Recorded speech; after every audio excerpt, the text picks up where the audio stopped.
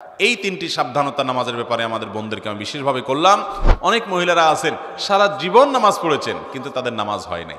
যে অনেক বোনরা আছেন রাত বিরাত পর্যন্ত, এটা শুধু এই অঞ্চলে নয়, সারা দেশে এই রোগ, যে রাত গভীর রাত পর্যন্ত মোবাইলে টিপাটিপি, টেলিভিশন দেখা দেখি, এগুলা করতে করতে আমাদের রাতের বড় অংশ কেটে যায়।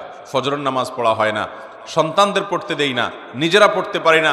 অনেকে 7টা 8টা বাজে 9টা বাজে ঘুম থেকে উঠেন। আমার বোনেরা আমার, আল্লাহ রাব্বুল আলামিনের কাছে এই নামাজগুলোর জন্য হিসাবদিহি করতে হবে। দুনিয়া চিরকাল থাকার জায়গা না বোনেরা আমার।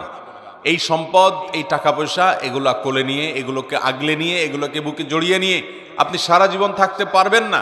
বিশ্বাস করুন, আল্লাহ রাব্বুল আলামিনের কাছে আমাদের সবাইকে যেতে হবে। ইন্না লিল্লাহ, নিশ্চয় আমরা সবাই আল্লাহর সৃষ্টি, ওয়া ইন্না ইলাইহি রাজিউন, আর আমাদের সবাইকে আল্লাহর কাছেই ফিরে যেতে হবে। যেহেতু আল্লাহর কাছেই ফিরে যেতে হবে, অতএব আসুন আমরা 5 ওয়াক্ত নামাজের ব্যাপারে ইহতিমাম করি, এর ব্যাপারে গুরুত্ব আরোপ করি।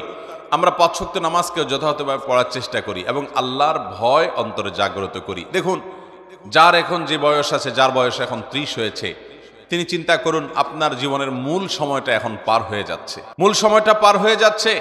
আর 10 বছর পর, 40 পার হওয়ার পর আপনি চাইলে অনেক ইবাদত করতে পারবেন না, আপনি চাইলে অনেক নেকামল করতে পারবেন না। শরীরটা দুর্বল হয়ে আসবে, শরীরে নানা রকমের রোগ ব্যাধি শুরু হবে, অজুটা ধরে রাখতে পারবেন না, ঝিমানি আসবে, নানান রকমের অসুবিধা তৈরি হবে।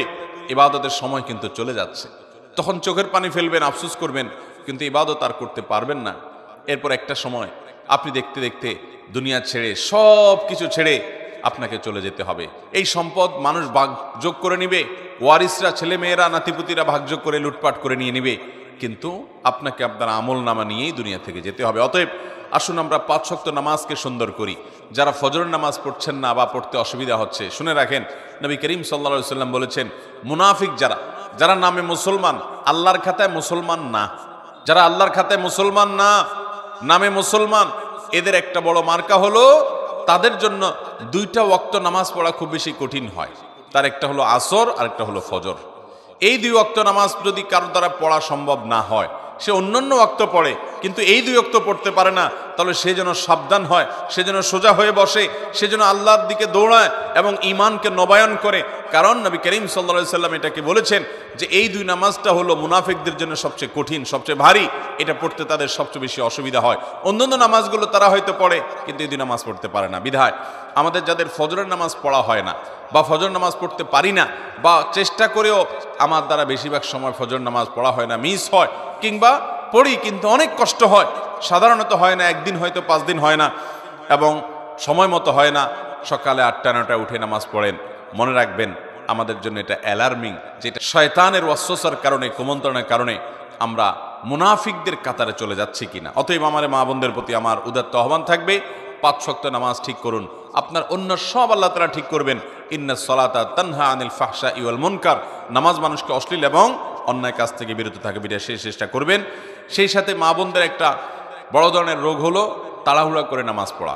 এই রোগটা পুরুষদের মধ্যেও আছে, কিন্তু তুলনামূলকভাবে আমাদের মা বোনদের মধ্যে বেশি দেখা যায়। লম্বা সময় নিয়ে খুব ধীরস্থিরতার সাথে সূরা ফাতিহা পড়বেন, এরপরে সুন্দর করে বিসমিল্লাহির রহমানির রহিম পড়ে একটা সূরা মিলাবেন আস্তে আস্তে, এরপরে আল্লাহু আকবার বলে শ্রদ্ধার সাথে, আল্লাহ সবচেয়ে বড়, আল্লাহ সবচেয়ে মহান, অন্য কোনো চিন্তা যেন মাথায় না আসে, এটি ভেবে এরপরে রুকুতে যাবেন। রুকুতে গিয়ে পিঠ সোজা করে রুকুতে গিয়ে তারপরে এবার তাসবিহ পড়বেন, সুবহান রাব্বিয়াল আযীম, মুহাব্বতের সাথে আমার মহান রবের পবিত্রতা জ্ঞাপন করছি, সুবহান রাব্বিয়াল আযীম, আমার মহান রবের পবিত্রতা জ্ঞাপন করছি, সুবহান রাব্বিয়াল আযীম, আমার মহান পালনকর্তার পবিত্রতা জ্ঞাপন করছি। এভাবে আস্তে আস্তে তাসবিহ নিবেদন করে এরপর আস্তে আস্তে আবার রুকু থেকে উঠে সোজা হয়ে দাঁড়াবেন টান হয়ে।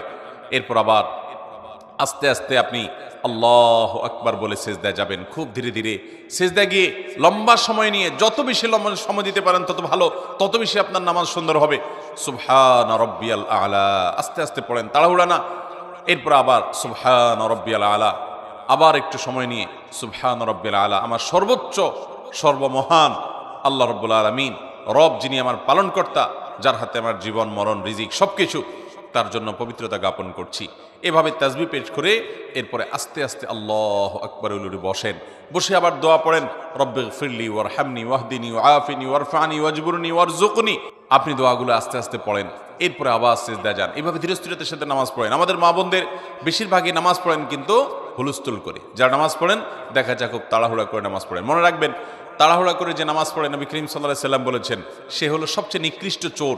কারণ রুকু সিজদা সে চুরি করে, এমনভাবে দেয় মনে হয় যে সে ফাঁকি দিতে চাচ্ছে, তাড়াহুড়া করে কোনো রকম পার করে চলে যেতে চাচ্ছে। এই জন্য নবী সাল্লাল্লাহু আলাইহি সাল্লাম বলেছেন সবচেয়ে নিকৃষ্ট চোর হলো এই রুকু সিজদা যে চুরি করে সে মহিলা। ঠিক একইভাবে সে পুরুষ বা মহিলা যেই হোক।